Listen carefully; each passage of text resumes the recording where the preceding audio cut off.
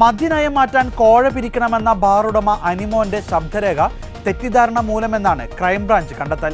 അനിമോന്റെ audio വലിയ വിവാദങ്ങൾക്കും ആരോപണങ്ങൾക്കും ഇടയാക്കിയെങ്കിലും രണ്ടാം bar കോഴ വിവാദത്തിൽ കോഴയില്ലെന്ന് കണ്ടെത്തി അന്വേഷണ റിപ്പോർട്ട് നൽകാനൊരുങ്ങുകയാണ് ക്രൈംബ്രാഞ്ച്.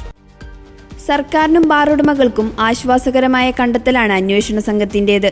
കൊച്ചിയിൽ നടന്ന ബാറുടമകളുടെ എക്സിക്യൂട്ടീവ് കമ്മിറ്റി യോഗത്തിനിടെയാണ് ഇടുക്കി ജില്ലാ പ്രസിഡന്റ് അനിമോൻ നയം മാറ്റാനായി പണം പിരിക്കണമെന്നാവശ്യപ്പെട്ട് ബാറുടമകളുടെ ഗ്രൂപ്പിൽ ശബ്ദരേഖയിട്ടത്.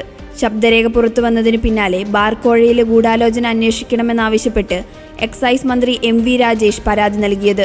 തലസ്ഥാനത്തെ പുതിയ ആസ്ഥാന മന്ദിരം വാങ്ങാനാണ് പണപ്പിരിവ് എന്നായിരുന്നു അസോസിയേഷൻ നേതൃത്വത്തിന്റെ വിശദീകരണം. പിന്നാലെ അനിമോനും മലക്കം മറിഞ്ഞു. ഇതേ കണ്ടെത്തലാണ് ക്രൈംബ്രാഞ്ച് നടത്തിയിരിക്കുന്നത്. ശബ്ദ സന്ദേശം അയച്ച അനിമോൻ ശബ്ദം തന്റേതല്ല എന്ന് നിഷേധിച്ചില്ല. കെട്ടിട നിർമ്മാണത്തിന് പണം പിരിക്കുന്നതിൽ ഇടുക്കി ജില്ല വീഴ്ച വരുത്തിയെന്ന സംസ്ഥാന എക്സിക്യൂട്ടീവിൽ വിമർശനമുയർന്നപ്പോൾ ഉണ്ടായ ദേഷ്യത്തിലിട്ടതാണെന്നാണ് അനിമോൻ ക്രൈംബ്രാഞ്ചിന് നൽകിയ മൊഴി. മദ്യലഹരിയിലായിരുന്നുവെന്ന് പറഞ്ഞു. ശബ്ദരേഖ പുറത്തായതിനു പിന്നാലെ ഗ്രൂപ്പിൽ നിന്നും അനിമോൻ ശബ്ദരേഖ ഡിലീറ്റ് ചെയ്തിരുന്നു. ഗ്രൂപ്പും ഇല്ലാതാക്കി. അതിനാൽ ചോർച്ച എവിടെ നിന്നാണെന്ന് കണ്ടെത്തണമെങ്കിൽ ഗ്രൂപ്പിലുള്ള എല്ലാവരുടെയും ഫോണുകളും ശാസ്ത്രീയ പരിശോധന നടത്തേണ്ടി വരുമെന്നാണ് ക്രൈംബ്രാഞ്ച് പറയുന്നത്. ബാറുടമകൾക്കിടയിൽ അഭിപ്രായ വ്യത്യാസം നിലനിൽക്കുന്നുണ്ടെന്നും അതാണ് ശബ്ദരേഖ ചോർച്ചയ്ക്ക് കാരണമെന്നും ക്രൈംബ്രാഞ്ച് പറയുന്നു. മദ്യനയമാറ്റത്തിന് പണപ്പിരിവ് നടത്താനായി അസോസിയേഷൻ അംഗങ്ങളായ ബാറുടമകൾ മൊഴി നൽകിയതുമില്ല.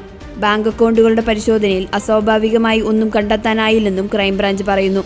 മുൻ മന്ത്രി തിരുവഞ്ചൂർ രാധാകൃഷ്ണന്റെ മകൻ അർജുൻ രാധാകൃഷ്ണൻ ഉപയോഗിക്കുന്ന മൊബൈൽ നമ്പർ ബാർ ഉടമകളുടെ ഗ്രൂപ്പിൽ കണ്ടെത്തിയിരുന്നു. അർജുനെയും അന്വേഷണ സംഘം ചോദ്യം ചെയ്തിരുന്നു. പരിശോധനയിൽ ആ നമ്പർ ഉപയോഗിക്കുന്നത് അർജുന്റെ ഭാര്യ മാതാവാണെന്ന് കണ്ടെത്തി. ഭാര്യ പിതാവിന്റെ പേരിലുണ്ടായിരുന്ന ബാർ ലൈസൻസ് പിതാവിന്റെ മരണശേഷം അമ്മയ്ക്ക് കൈമാറുകയായിരുന്നു. ഈ മാസം 31 മുൻപ് അന്വേഷണ സംഘം റിപ്പോർട്ട് ക്രൈംബ്രാഞ്ച് മേധാവിക്ക് കൈമാറും.